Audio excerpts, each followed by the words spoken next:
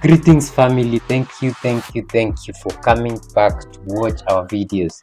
Subscribe if you haven't, also share and like this video. So I don't know what happens with our African leaders who are not doing anything, but they have this big mouth where they go out there to demean or to show how Africans are stupid and cannot do anything. Africans are that and this. The last time we talked about the president of Benin, Patrice Talon, and Patrice Talon was in Brazil saying how Africans and the descendants of Africa are the reason why Africa is impoverished, because we hold on to the past and we are supposed to ditch it and move on. This time there was the South Korea Africa Summit. We saw the president of Togo, Faure Gnassinbe. And this guy has been president for 19 years. Actually, this year, he changed the constitution of his country, the leadership regime. It was democratic. Now it's constitutional. They vote for members of parliament who vote for president. So he remained the president. And when he went to South Korea, he said this. Watch this video. If there is a continent that possesses, that abounds many young people, it is the African continent. The work that is done in this center and through this center around the world for the benefit of young people. For me, this is something essential, because in my region, the sub-region of West Africa, I am experiencing the disastrous consequences of a youth, or a young person, as he said, who cannot think before acting, who cannot control himself. In my quote, he said, "In my sub-region of West Africa, I am seeing the disastrous consequences of youth who cannot think before acting, who do not master." You see, it's crazy. It's like you are saying your young people cannot think before acting. It's like they are stupid or something. They don't use their brains. But yes, you have been president for 19 years. He thinks before he acts. Wow. And this is the ridiculous part about African leadership. These old people, they see us as stupid, incapable, as, we just don't even know what we want. I don't know which young people How is education in his country? That is one. How is employment in his country?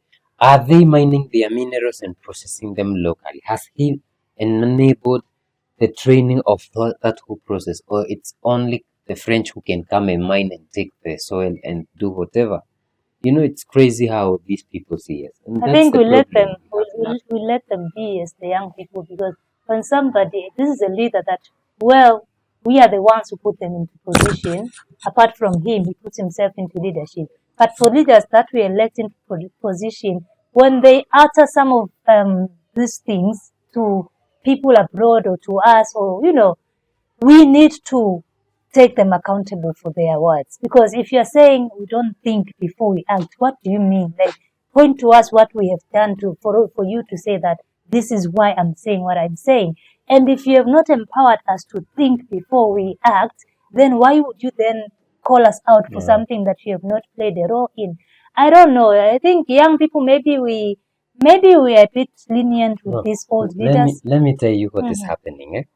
Young people of Africa have woken up at a very high rate, especially because of the media, TikTok, X, which are not, controlling like the Facebooks and whatever.